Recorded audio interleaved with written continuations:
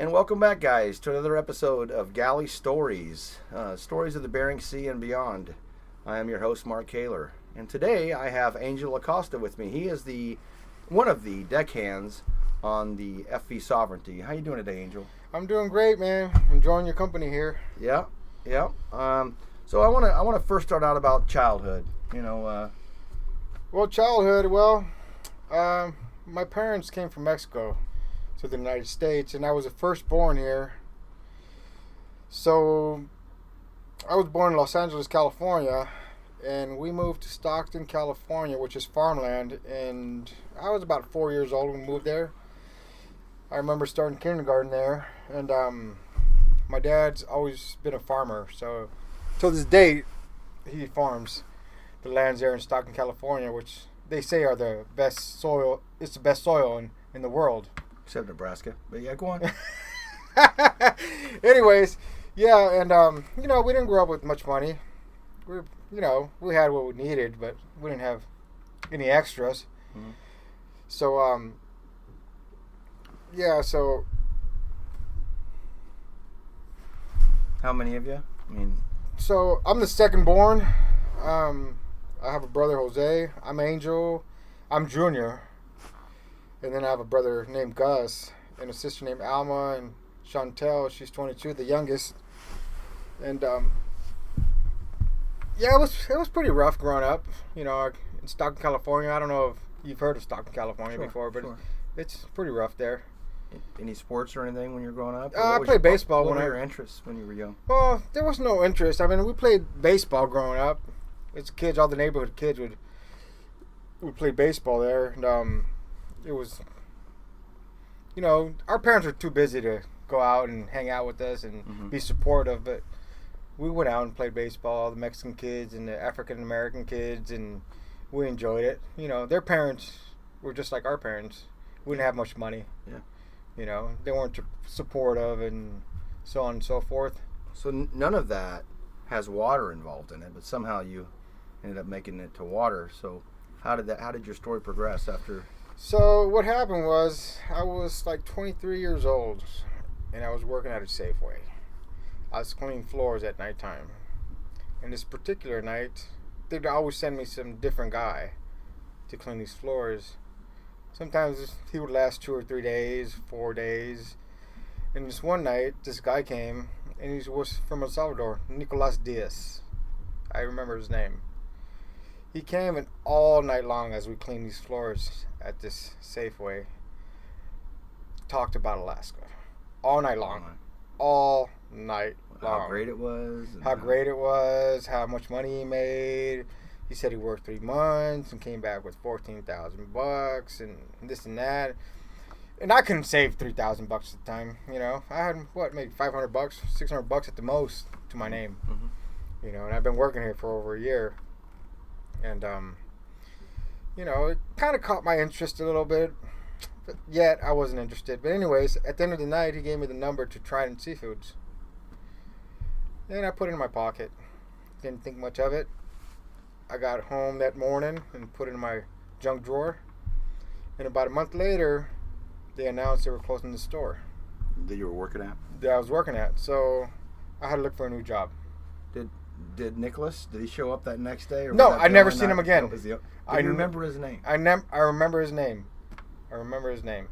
Okay. I don't know why, but I remember his name. Probably a pivotal moment. You just didn't realize it was there. Yeah. Yeah. So I started looking for jobs, and I remembered the number. So I pulled it out of my junk drawer, pulled it out, called, and there was a little office in my hometown, Stockton, California. And I called them and they said, come in and fill out an application. So I did. I filled out an application, didn't hear nothing of them for about a month, and said they were having interviews. So I went down to the interview, did a drug test, didn't hear from them for another month. Finally, I got a letter from Trident Seafoods. Said, you need to show up, so-and-so. It was like after Christmas, sometime 1998. You need to show up and fill your contract because you're going on the boat. Mm-hmm. Right? I didn't know nothing about Alaska. Nothing at all. Mm-hmm. I never heard any stories about Alaska except for this guy telling me what he made. Right? Was that? That was it. No Google back then, or was no there? Google, Yeah, no. There was a little bit of internet going on, but not what it is now. Mm-hmm. You know, you can just Google it or Siri it or whatever. So I get this letter saying you need to show up at the Shaw Show office at 8 o'clock in the morning and sign your contract because you're going to be going to blah, blah, blah, blah. So I showed my dad and I told him, you know, he doesn't speak much English, so I talked to him in Spanish and told him about it. And he said, well, son, well, you need to go. I mean, I come from further without speaking the language, right? And I've done okay in this country. You need to go and figure it out. If you don't like it, you could always come back. Right. Okay. You know. So I did. That's probably sound advice too, right? Yeah. So I went and bought a ticket for Greyhound. Yeah, I didn't have enough money to go get an airplane ticket, so I got a Greyhound ticket, and it took like forever, 24 hours to get to Seattle. Right. Smelly. Yeah. I mean, we stopped in every town from Stockton to Seattle. You know, I remember that. So we get to Seattle, and it's early in the morning, right? And I grab a cab, like the instructions said, grab a cab and tell them you need to go to Show and Trident Seafood, blah, blah, blah. So I get there, I do that. I told the cab driver. He had no idea where it was at. I remember going down 99, which I didn't know it was 99, and it kind of reminded me of San Francisco. Right. You know, driving from... Yeah, beautiful. Yeah, beautiful. It reminded me of San Francisco. So he's driving. He has no idea where he's going. I have no idea where he's going, right? So he gets there, and we show up to the parking lot, and we don't see anybody. It's like 6:30, maybe 7 in the morning, right? Finally, we're driving around the parking lot, and we see some people tucked in between the buildings. Huddled over there. And I knew that was it.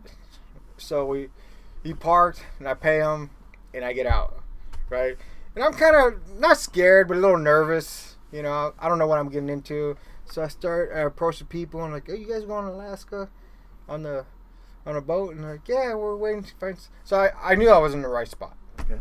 So I felt a little bit more comfortable, but still nervous. Yeah. Right.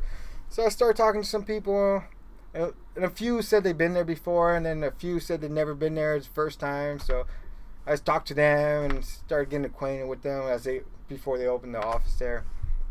So I felt a little bit more comfortable, but still nervous. Mm-hmm. So I get there, and finally they open the office. We get in there, we sign contracts, right? And then they start shuttling us over, right? Which I didn't know, but they shuttled us over to the old yard, right? Which is another facility. Another facility down the street. Yeah. And one of the guys said, "That's your boat."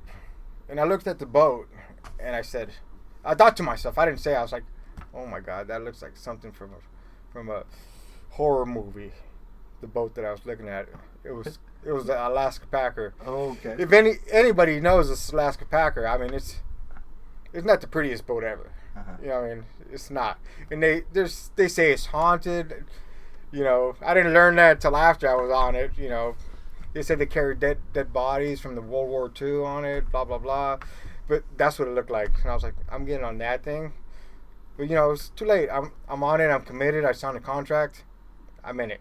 You're in it. I'm in it. Was any of your dad's words flashing back to you at that point when he said, "Just go do it and get it done"? You know, or did you have any point that said, "I need to go back home"? No. I was committed. I had $500. I didn't have a job. I needed to do this. Mm-hmm. For me, you know, I needed to complete this contract, no matter what. Okay. So we get on there, and I'm cleaning up. I'm part of the crew, cleaning up, doing whatever they tell me to do, working 6 hours a day. On the way up, you know, beautiful scenery. I loved it. Inside Passage. The Inside Passage. I loved it. What did you love about it? I mean, I seen eagles, fresh air, just something new. It wasn't Stockton. Did you ever see an eagle down in Stockton? I never seen an eagle. So that first time you see one, that's like I wasn't in Stockton no more. You know what I mean? I wasn't in Stockton. So was there pride in seeing that first bird?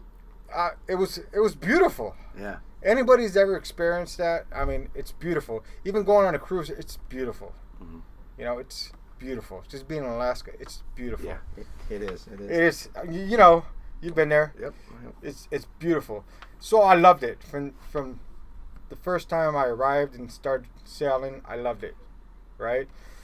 So I worked about 6 to 8 hours a day on the way up, got paid like $5.75 an hour or something, right? And at that point, I don't know if it was about the money or I just loved it. I don't know, but I just went with it, right? So we get there, we get to Alaska, we anchored up in Akutan, okay? In this little village named Akutan, we anchored up. All right. Very, very far down the peninsula. I didn't know it was Akutan. I know all I knew was we anchored up. Okay, and then crab boats started coming, and at that time I asked to be outside working with the guys outside. Okay, and outside was I had to be on the other boats, on the crab boats that came to us, and offloading them. Crawling down their holes, pitching crab. Pitching crab. You get pinched? Huh? Oh yeah, them crabs pinched you. I remember one of them pinched me in the ear. I was like, and you couldn't do anything about it. You had to wait for it to come loose. How's a crab getting that close to your ear? Huh? Because you had them on. You're swinging them over your neck, and one will just grab you, and you couldn't do anything about it. It just pinched you, and you felt it was already cold, so you felt it just kind of burning. Right. And you couldn't pull it off. You just had to wait for it to just get loose. And then let go. Okay. Yeah, so, and I did that for the whole season. You loved it too, right? I loved it and hated it at the same time. Right. You know what I mean? Yeah. The whole crew quit on me over and over and over, but I couldn't quit. So it's like being back at being that guy cleaning the floors where somebody new shows up every 3 days, right? Right. So you're sticking it out. I'm sticking it out because I had to do this for me. I stuck it out. Because they said if you wanted to be on deck after the season for the salmon tendering, you had to be one of the guys that completed getting it done. Yeah. Getting it done. So I stuck it out. I seen guys come and go, and I stuck it out. And that was it. That was the Alaska Packer, right? So while I was pitching crab, I started hearing the crabbers talk about and bragging about how much money they were making. Right, big bucks, no big whammies. Bucks. They were talking about making $1,000 days, right? And I'm here making $5 something an hour, maybe $100 a day. And I knew I was in the right place, kind of, right? Just not on the right boat, right? So I had to figure it out. I pitched crab for $5 something an hour, 12 hours a day, and it was hard work. It's not easy. It's not easy pitching these crabs. Especially getting your ear pinched. Yeah, getting your ears pinched. You have to get in the hole. If the tank's new, you have to dig a hole all the way down to the bottom, right? And then you start working the sides. So you're standing on the crab. You're standing on the crab. You're standing on the crab the whole time. Do they tank it down, or is it still got water in it? No, there's no water. They take the water out, and you start pitching in these brailers, right? And you're just trying to dig the hole down to the bottom. Once you're down at the bottom, it's easy money because you just pick the sides and you work your way all the way around the tanks. Okay? And guys would quit. They'd do 1 day, 2 days, and be like, "Nah, I don't want to do that." I didn't want to do it either. But I didn't want to give up. Right. I didn't want to be the quitter. You know what I mean? I didn't want to be the quitter. You did that whole contract in that spot? I did that whole contract. And as I was pitching the crab, I heard these guys talking about how much money they were making. And I knew I had to be a fisherman. I knew I had to be a fisherman. What was your next step then? I didn't know how. I didn't know anybody. I didn't know anything. I didn't know anything. So I started asking the crab guys, "Hey, you guys need a guy? You need a guy?" It's like, "No, we're full right now. We're full crewed right now. But maybe next season, I just kept asking and asking and asking until one day the deck boss his name was Dennis. He said, "Yeah, we might need a guy. Give me a call, right? Maybe for king crab." So I gave him a call, and he took me on for king crab, and I went and did a king crab season, crabbing. As a greenhorn. This was before all them shows. Right. All them shows you see nowadays, and I had no idea what I was getting myself into. No idea. Well, give us an idea of what you get yourself into. Well, I was a baiter boy, and I had to bait every jar over and over and over and over. In the pot, out of the pot, in the pot, out of the pot. Right? No matter what conditions. Right. You know what I mean? I had to keep the same pace day after day after day after day after day. Did you get crab hands? Oh, I didn't get crab hands, but one of the other guys did. Right? That's tough. That's tough. One night, I think we had we had a break for 3 hours. He sat up in like the break room, movie room, whatever it was, crying all night. You know what I mean? It was hard. It was hard. You know, it was hard. But I did it over and over, day in and day out. I remember you would get your second win, your third win, your fourth win, just by changing your clothes. Yeah, and maybe getting a little something to eat, right? A Snickers bar. Little fuel. So, at any point, and this is back in 98 then, right? Still? 98, 99? correct. Were you calling home at this point at all? I mean, were you talking to your dad, for example? Yeah, my dad's always been very supportive, you know. What was he saying when you're like Dad, I'm tossing crab everywhere? And well, he would say, échale ganas, which means give it all you got. Yeah. You know, give it all you got. I mean, very supportive. Very supportive. If at any time, yeah, come home. If it's too much, come home. Come home. So where'd you go from there? Well, I just kept moving forward. You finished that whole season, right? I finished the whole season, and I just kept moving forward, and I did that. I didn't make any money. I think I made that, and on the Alaska Packer, I made maybe $2,500. I was about to throw in the towel. I said, you know what? This ain't for me. I mean, whatever. I mean, I can go back to California and I'll figure it out. And I was like, you know what? I'm gonna give it another chance. There's money to be made. There's money in Alaska, just not here, where I'm at on this mothership. You know, I gotta go fishing. So I did go fishing, and I went on the Arctic Lady. But before I went on the Arctic Lady, after I got off the Alaska Packer, Trident had just bought Tyson. Just bought Tyson. As soon as I got off the Packer, when I was on the Packer, they bought Tyson in 98. All right? Maybe it was 99 at the time. They bought Tyson. All right? So as soon as I got off the Alaska Packer, I called the office and I said, hey, I hadn't made any money. So I went and they sent me on the Arctic Enterprise. Okay. All right? So we flew in to the Arctic Enterprise, and we flew in and we landed on a beach, okay? Literally a beach. And the skiff was waiting there, and it skipped us over to the Arctic Enterprise. How big was the plane? Huh? It was the Goose. Oh. I don't know. So you landed in the water and pushed up on the beach? Yeah, we landed in the water, pushed up on the beach, and there was Manu. I remember Manu, okay? He was there on the beach waiting for us, and he skipped everybody on that plane over and took us over. All right? And he took us over to the Arctic Enterprise, and I did a season on the Arctic Enterprise, and I made better money than I did on the Alaska Packer, because at the time when they first bought them, they were paying case rate, not hourly. So I did well. Okay, I did very well. Cha-ching. Yeah, it wasn't great, but it was better. It was more than you had seen. So yeah, far, it was right? better. You know, it's better than being bait boy on that. Yeah, it was better than being bait boy. It was better than the Alaska Packer. So I made better money. I was in the factory breaking freezers for 16 hours a day, you know. Didn't you work with a good friend of ours when you were down there doing that? No, that was that's not yet. So okay. So I did that, okay? I went home, took a break and came back, and I didn't go back to the Packer. I went back to the Arctic. Was there any doubt when you were going home and visiting family? Was there any doubt you were coming back? No, I wanted to come back. I knew there was more money to be made. I just wasn't in the right spot yet. Right.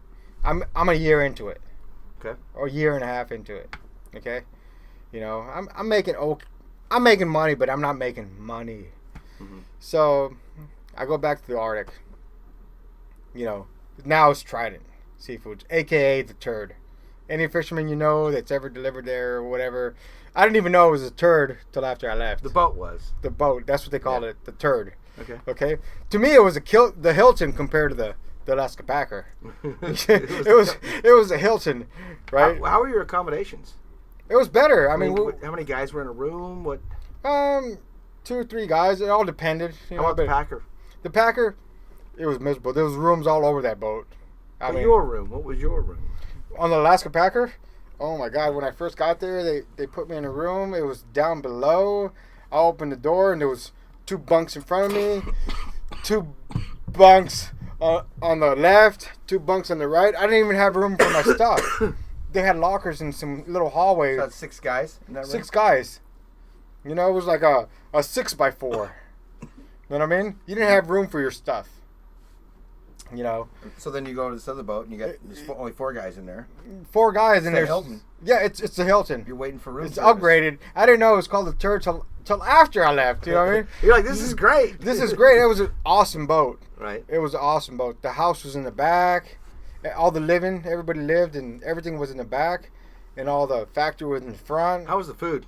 The food, I'm going to tell you about the food. There was a cook named Colette Russell.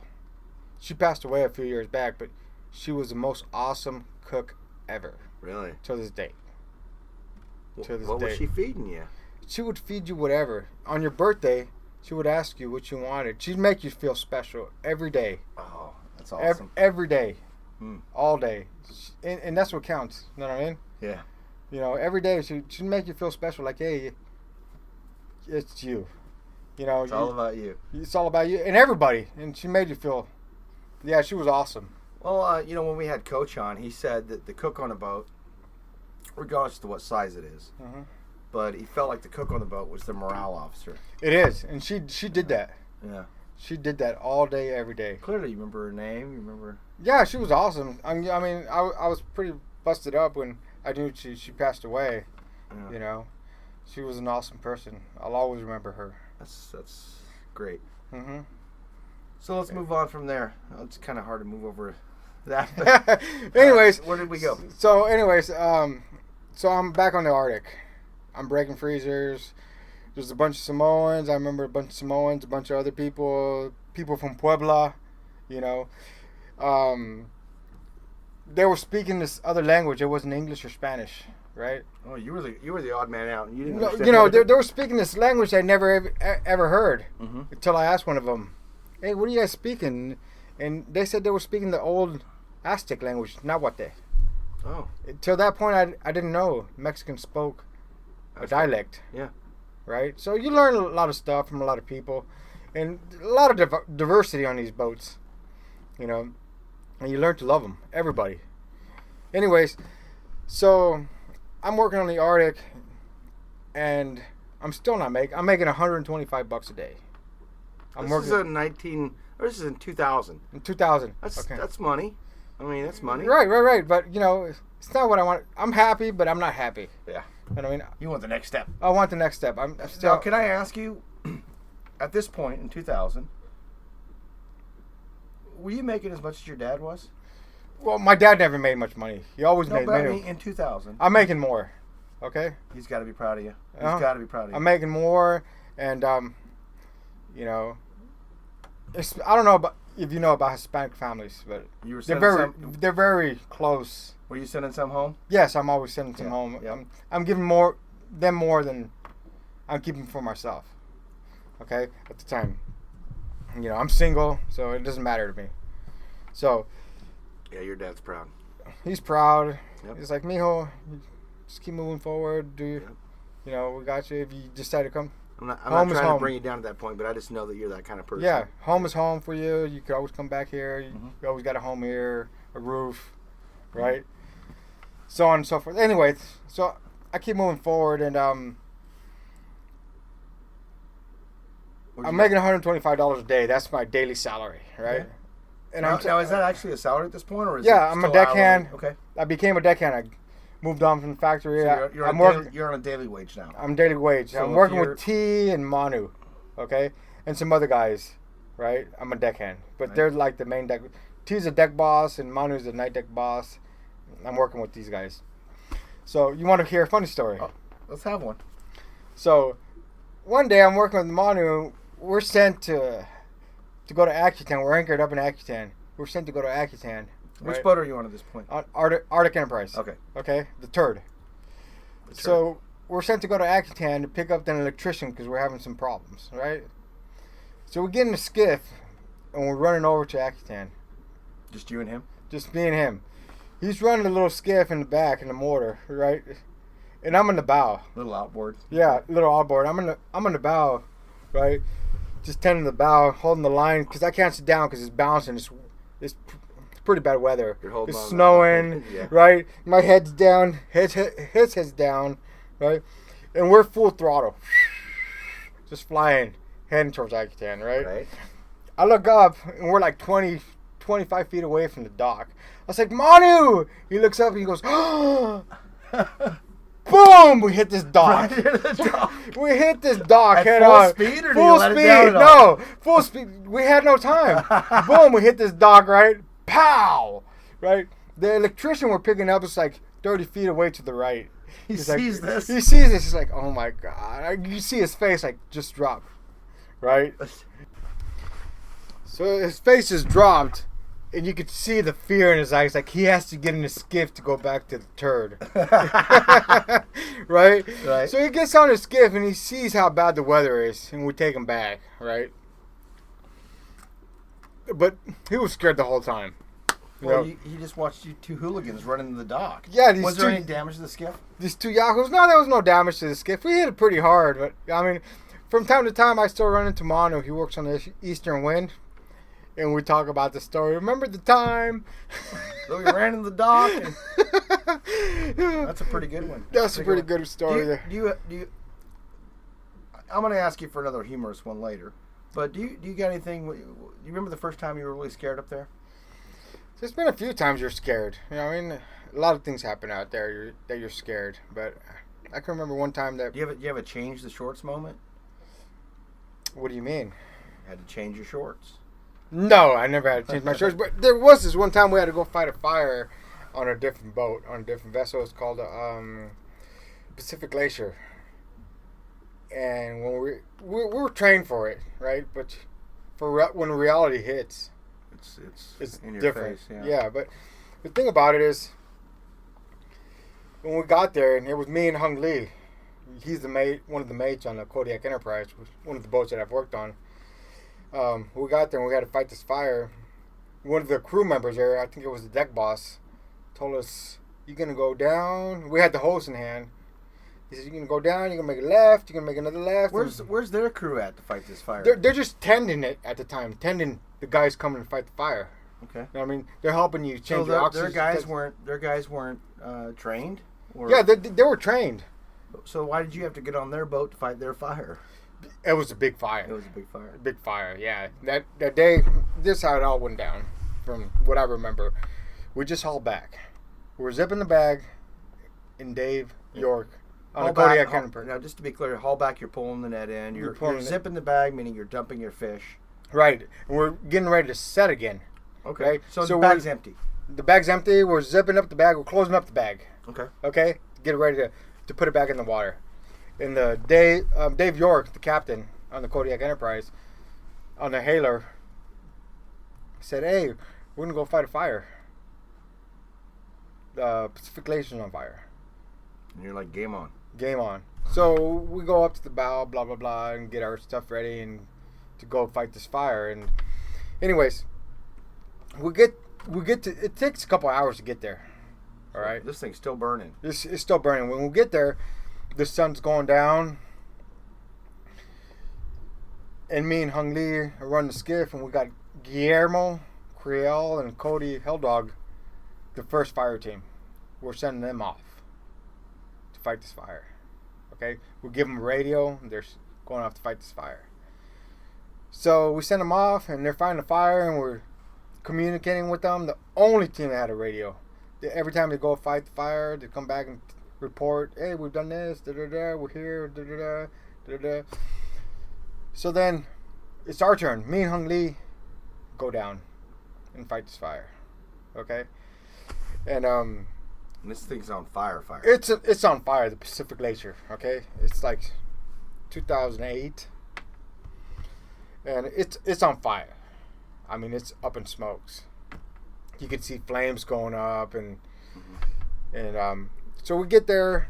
It's me and Hung Lee. We get there, and the deck boss or the mate says, okay, you're going to go down the stairs. You're going to make a left, and you can make another left. And that's all I heard, pretty much. Right? Just follow the hose. Mm-hmm. You know, you go to fire training, and they tell you this and this and that. So me and Hung Lee go downstairs, and we're down there, and we're fighting this fire, and we feel the heat. We don't see anything, just smoke. The heat, feel the heat. And I remember him telling me, hey, my bottle's going out. My alarm's going out. I don't know how to get back. And that's when fire training kicks in. Follow the hose, right? Follow the hose. You know, for a minute, I panicked. You're like, what? No, What? Like, you don't know how to get back? I don't either. But then that training that you got, just like, follow the hose. So we follow the hose back. You know, I was like, hey, we follow the hose. It's like, oh, yeah, we follow the hose. And we got back and changed our tanks, whatnot. Anyways, that was a scary moment for me. You know, just being there in a boat that I didn't know, I didn't recognize. It wasn't my boat. I'd never been on that boat. Right.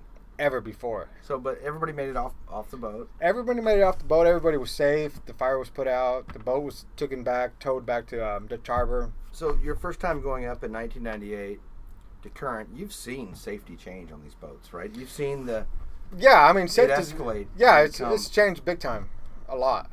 I mean, safety's first, no matter what. Yeah. You know, especially with Trident. Yeah. You know, Trident has a seal on safety, no matter what. You know what I mean? It's like the one area with no capital on expense. Yeah, right? yeah. I mean, you say something about safety, and they're on it. Yeah. No matter what. I think a lot of boats in our fleet, and I say our fleet, not just with the company that you're with, Trident, but a lot of companies now are the same way. I mean, safety is so important. You know, that's why we're not losing as many guys as we used to lose. Safety is very important. I mean, you have to have experience, guys with experience and know. I mean, fishing ain't easy. You know, you get a lot of guys that are green. You teach them what you've experienced, and they know it and they learn it. Mm-hmm. You know. So, all right. So then, now you're still at this point. I'm still on the turd. Okay. How do we get off the turd? So I'm on the turd. Okay, but I know there's more money to be made than $125 a day. Okay. Okay, so I started asking these guys. The explorer boats coming and delivering to us mostly, right? We're anchored up in Akutan. All right, so I'm asking all these boats. I'm picking everybody's mind, right? And the Ocean Explorer pulls up, and there's this gentleman. You know, I'm pumping their boat. I'm pumping the fish off. I'm a fish pumper. I'm working on pumping their fish. Get on our boat. Now that's just a great big freaking nozzle that goes right down their tank and sucks them all out, right? Correct. Got a little water return. That's what I'm doing. In. That's what I'm doing. That's my job. It's going up to a hopper where the guys are taking care from of it. 6 p.m. to 6 a.m. That's my job. That's it. Okay? That's my job. So I'm asking all these guys. They come in. Let's get, just picking their brains, just wondering what they make. And how do I get there? Yeah, how do I get there? And one of the guys, I think his name was Neil. I can't remember his last name. And he tells me he's making $100,000 at least a year. And you're like, wait a minute. Wait a minute. I'm making a $1.25 a day. Uh-huh. Okay? I was like, man, I need to be a fisherman. So I started asking everybody, and I said, well, if you guys ever need anybody, let me know. So they do all their pollock season, and they have to go run and do cod and AMAC. All right? And they offered me a spot to bleed, and they're going south after. So now explain what bleeding a cod is and why you do it. Well, you have to cut the cod's throat and bleed it for better product. Every single one that comes off the belts. And they're set up pretty good. You know what I mean? They dump their fish, and they got a factory downstairs, and they go through a belt, and you bleed them. Hey, what's the biggest cod you ever saw come down that belt? Oh, my God, they're big. What's the biggest one? Because I've seen a 52-pound cod. And they're 50 pounds. I mean, they're big cod. Okay? And you're bleeding every single one of them. You got a knife in hand, and you're just cutting every single one that you see's throat. There's blood everywhere. Yeah. You know what I'm talking about. Yeah. Just a bloody mess. I just want to make sure everybody else understands. No, it's a bloody mess. There's blood everywhere. Blood everywhere. Yeah, I mean, it's a horror movie. It's this little factory, but there's blood everywhere. Okay. Have you ever seen Dexter? There's blood everywhere. All right. With no plastic. No plastics. Just blood everywhere. So how did we? Because I know where you're at today, and you're in a good spot. How did you get here? So, they didn't have a spot for me. They just hired me as a bleeder, just to help them clean. Just bled them up. Yeah. Just bleed the cod and help them clean the boat up as it went south, right? Mm-hmm. because they were coming to Seattle. So I helped them do that. But one of the guys there, the deckhands there, had been on a factory trawler before that. And he said, you know what? Trident just bought 3 factory trawlers. You should try to get on one of them. And this is what you do. All right? You call the company. And you tell them they're gonna go do hake. Call the company. You tell them you want to go do hake. And once you get on one of them boats, you drop your bag and you go look for the deck boss and tell him you want to be on deck. So I went to look for the deck boss and I found him. You know, I didn't know his name at the time, but his name is Nicky Borg, Nunzio. Okay? So I found him and I told him, hey, I want to be on deck. And he said, you know what? I don't have a spot right now, but you can help us. So I spent all day on the Kodiak Enterprise helping him backload whatever they had going, to the point that the factory manager had to come look for me and say, hey, you're supposed to be with me, Mike Myers. You're part of the factory, not the deck. So then I started working on deck. And I started breaking freezers. When I was down there breaking freezers, my breaking buddy was Dominic Bova, which is now my good friend. Actually, the mate on the Sovereignty, the boat that I work on now. First mate, yeah. The whole time we spent down there breaking freezers, all we talked about is working on deck. How we were going to go work on deck. And this was 2008? No, this was 2001, 2000. Oh, really early. Okay. Yeah, we're talking about, hey, we need to be on deck. We need to be deckhands. We can't be down here. And that's all we talked about. Mm-hmm. You know, we broke freezers for 8 hours and loaded freezer for another 8. And now explain the breaking process, because some folks don't know what that is. So breaking process is loading freezers is the product that comes out, right? You grab them and you load them in these freezers, and then it closes up, right? And it sits for, I don't know, an hour or so until it freezes, and you come back around, and then you break them. And you grab them, throw them in the air, and slam them on a table. And slam them on the table, right. Yeah. So Which is why it's called breakout. Yeah, right? me and Bobo did that. 8 hours we loaded them, 8 hours we broke them. Okay. In between, we break each other to go have cigarettes. So you'd say, you go ahead and go smoke. Go smoke. Go ahead, go smoke. I got this. And you put your game up. And you the whole time we were down there for a trip or two, all we talked about is being on deck. Mm-hmm. Okay? After that season was over, we were on deck. He went back on the Island Enterprise, and he became a deckhand, and I became a deckhand on the Kodiak Enterprise with Nicky Borg. And you did that for like 8 years or something, right? I mean, you were... Yeah, but it took work. I mean, after every shift, which was 16 hours, I'd go up. After my shift, I would eat, and then I'd go check with the deck crew, and they'd be waiting for me. It's like, yeah, we've got a bunch of garbage for you to burn. And so I would burn. Were you getting paid for that part, or this is all you just? No, this is I'm trying to be a deckhand. There, yeah. I'm trying to be a deckhand. So you're putting in the time. I'm putting in the time. I'm putting overtime. Right. So I'm going up and burning their garbage and helping them out. If they're working on gear, I'll help them on gear. If we're working on nets for an hour. You wanted to get up there. You were bad.